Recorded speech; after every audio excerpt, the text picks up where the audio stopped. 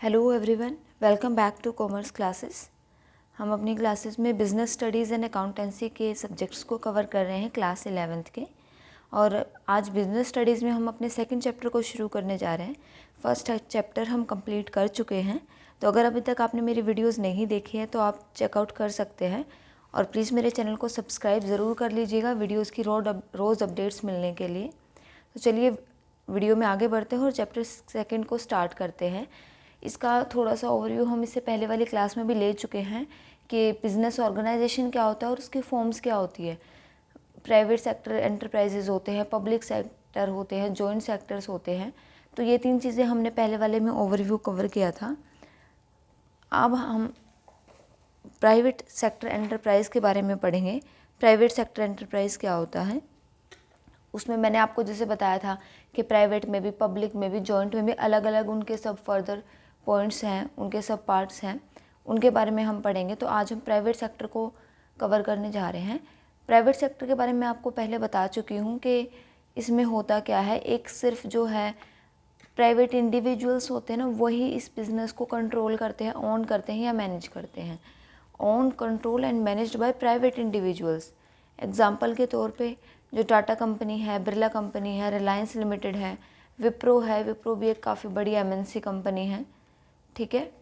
तो ये सारी क्या हैं, टाटा है, बिरला है, इन सब का एक प्राइवेट इंडिविजुअल ओनर है, ठीक है। रिलायंस का हो गया, जैसे अंबानी हो गया, ठीक है। तो ये सारे इनके ना एक प्राइवेट इंडिविजुअल है, एक प्राइवेट बंदा ही इनको हैंडल करता है। अब इसके जो कुछ पार्ट्स है प्राइवेट सेक्टर एंटरप्राइज के, उनके बारे में पढ़ लेते हैं। ये कुछ पार्ट्स हैं इनके: sole proprietorship, joint Hindu family business, partnership, cooperative society and company. ये 5 पार्ट्स हैं। इनके बारे में हम आगे डीप में पढ़ेंगे कि सोल प्रोप्राइटरशिप क्या होता है, उसके फीचर्स क्या होते हैं, उसकी मेरिट्स एंड डीमेरिट्स क्या होती है। हर पॉइंट में ऐसे ही आएगा। तो काफ़ी डीप में स्टडी है इनकी आगे वाली आने वाली वीडियोज़ में।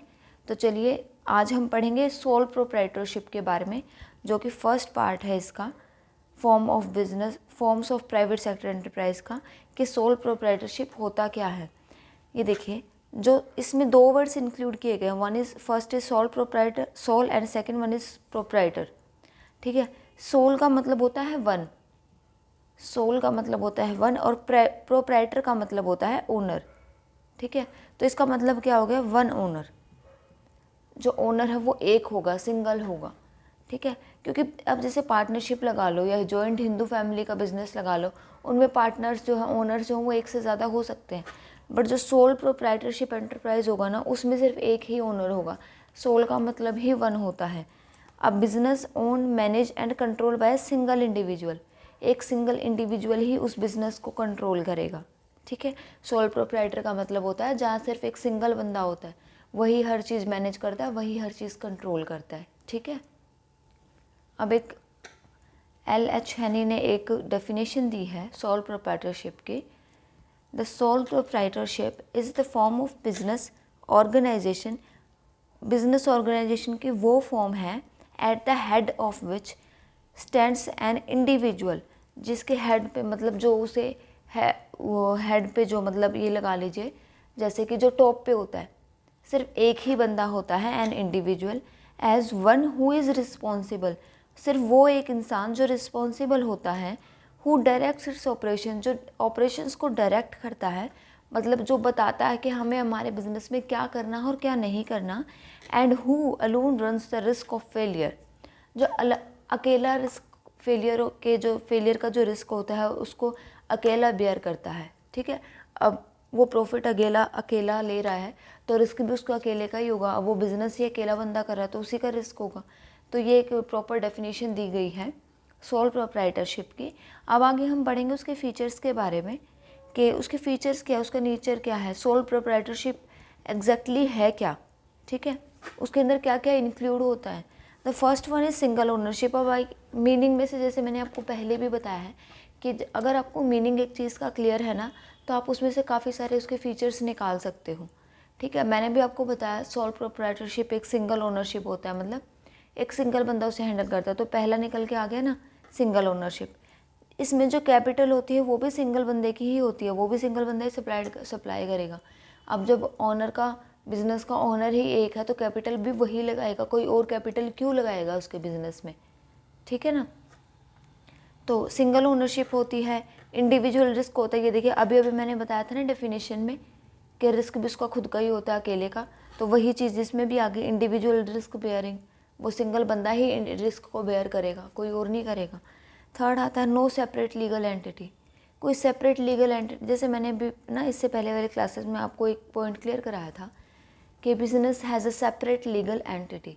बिजनेस की उनके ओनर से एक अलग से एंटिटी होती है, अलग से आइडेंटिटी होती है, ठीक है। वो कब होता है, जब काफ़ी हाई लेवल पे, मतलब काफ़ी बड़े स्केल पे वो बिज़नेस होता है। अब इसमें क्या आता है, सोल प्रोप्राइटरशिप है। अब वो स्मॉल स्केल पे, क्योंकि एक ही बंदा अगर उसको हैंडल कर रहा है तो वो ऑब्वियस ही बात है वो स्मॉल स्केल पे ही होगा, है ना। तो नो सेपरेट लीगल एंटिटी में sole proprietorship has no legal identity separate from that of its owners. Owner से अलग से कोई लीगल एंटिटी नहीं होती है उसकी, अलग से कोई उसका एक नाम नहीं होता है, मतलब एक पहचान होती नहीं है, उसके ओनर से ही उसकी पहचान है। Business and owner exist together. जो बिजनेस है और उसका जो ओनर है वो साथ में एग्जिस्ट करते हैं। जो लॉज बने हुए हैं बिजनेस में या अकाउंटिंग टर्म्स में, makes no difference between them, वो कोई डिफरेंस नहीं बनाते उसके अंदर, ठीक है। अदरवाइज काफ़ी बड़े स्केल पे जो बिज़नेस होता है उसकी एक सेपरेट एंटिटी होती है, बिज़नेस अलग होता है, ओनर अलग होता है। उस बिज़नेस के नाम से चीज़ें भी, ओनर के नाम से अलग चीज़ें होंगी, बिज़नेस के नाम से अलग चीज़ें होंगी, ठीक है। जैसे मान लीजिए कोई व्हीकल है, ओनर का अलग व्हीकल है और बिज़नेस के नाम से वो अपना अलग व्हीकल निकलवाएगा। अगर उसको बिज़नेस में यूज़ करना है तो वो अलग अलग चीज़ होगी ना बिज़नेस के नाम पे। वो चीज़ इसमें नहीं होती, सेपरेट लीगल एंटिटी नहीं होती है सोल प्रोप्राइटर में। क्यों? क्योंकि बिजनेस ही छोटा सा, एक सिंगल बंदा उसको हैंडल कर रहा है, ठीक है। फोर्थ पॉइंट है फ्रीडम ऑफ ऑपरेशन। ऑपरेशन का भी फ्रीडम। अब ऑपरेशन की फ्रीडम कैसे होती है, मतलब ये देखिए यहाँ पे ना बहुत ही मिनिमम गवर्नमेंट रेगुलेशंस होती है, मतलब गवर्नमेंट का ना बहुत ही कम रोल होता है यहाँ पे। No legal formalities are required to start. आप स्मॉल स्केल पे आप बिज़नेस कर रहे हो, सपोज जैसे कन्फेक्शनरी शॉप का ही लगा लीजिए, उसके लिए आपको कोई लीगल फॉर्मेलिटी करने की ज़रूरत नहीं होती है, या फिर आपको मैनेज करना है उसके लिए कोई ऐसा ज़रूरत नहीं पड़ती है। डिज़ोल्व के लिए ज़रूरत नहीं पड़ती आपको गवर्नमेंट की। डिज़ोल्व मतलब जब बिज़नेस बंद करना हो, ठीक है। बिज़नेस बंद करने के लिए भी ज़रूरत नहीं पड़ती, सिर्फ एक लाइसेंस की ज़रूरत पड़ती है, वो भी कुछ सर्टेन टाइप्स ऑफ बिज़नेस के लिए, कुछ सर्टेन टाइप्स के बिजनेस, हर बिज़नेस के लिए नहीं। अब होगा तो ये स्मॉल स्केल पे ही।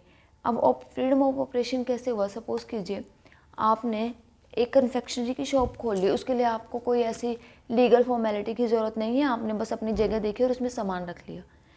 ऑपरेशन ऑफ फ्रीडम कैसे हुआ, अब उसमें अगर कुछ और सामान लेके आना है तो वो आपकी मर्ज़ी होगी, आप किसी और की नहीं सुनोगे, कोई और चला भी नहीं सकता आपकी शॉप में, आपकी मर्ज़ी, आप जो आप डिसीज़न लेना चाहो आप ले सकते हो।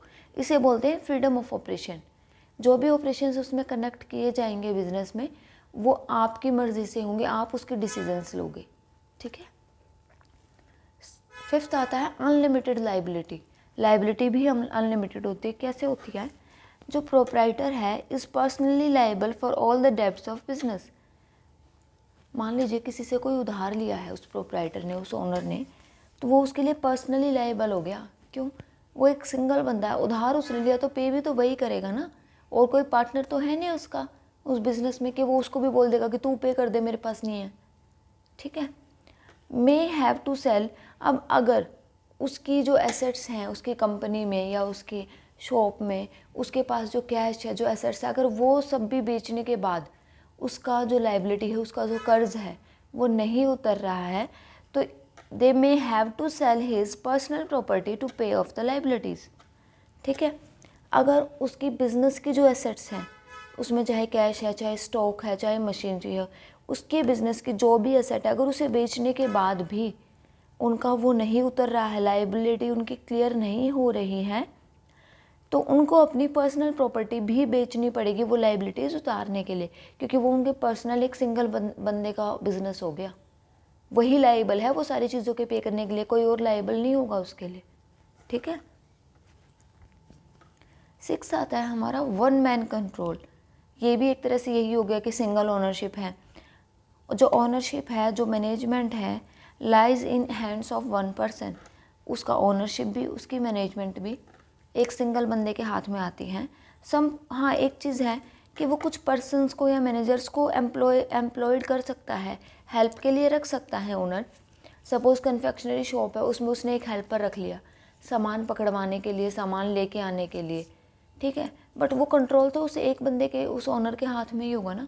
उसने हेल्पर बेशक रख लिया, उसने मैनेजर, शायद वो मैनेजर रख लेगा अकाउंट डिपार्टमेंट, मतलब जो एक बोलते हैं ना उसका कैश काउंटर, बिल काउंटर, उसको संभालने के लिए उसने एक बंदा रख लिया। वो संभाल उसको बेशक रहा है, लेकिन कंट्रोल सारा ओनर के हाथ में ही होगा, ठीक है।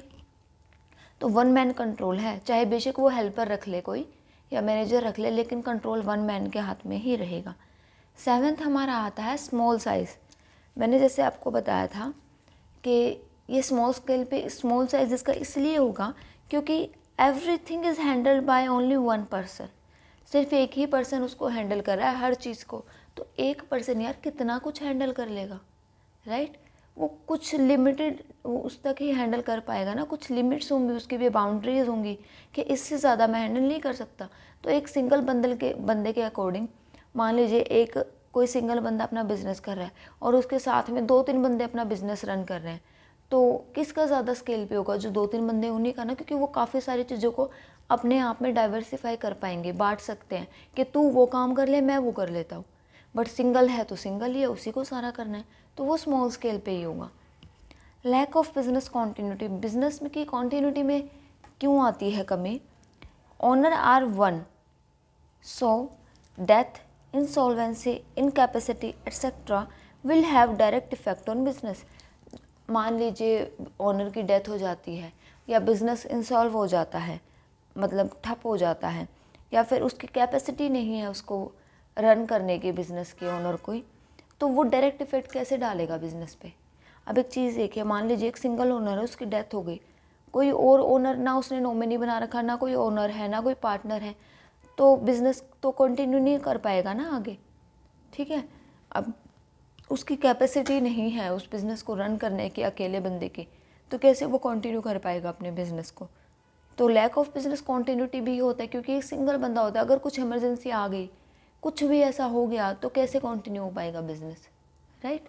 तो ये कुछ 8 पॉइंट्स थे जो हमने पढ़े as a features of sole proprietorship. अब इसके कुछ आगे मेरिट्स एंड डीमेरिट्स भी हैं, वो हम नेक्स्ट क्लास में पढ़ेंगे, अदरवाइज लेंदी टॉपिक हो जाएगा आज के लिए। तो मिलते हैं नेक्स्ट क्लास में, तब तक के लिए आप प्लीज़ मेरे चैनल को सब्सक्राइब कर लीजिएगा मेरी नेक्स्ट वीडियोस के अपडेट पाने के लिए। Bye bye.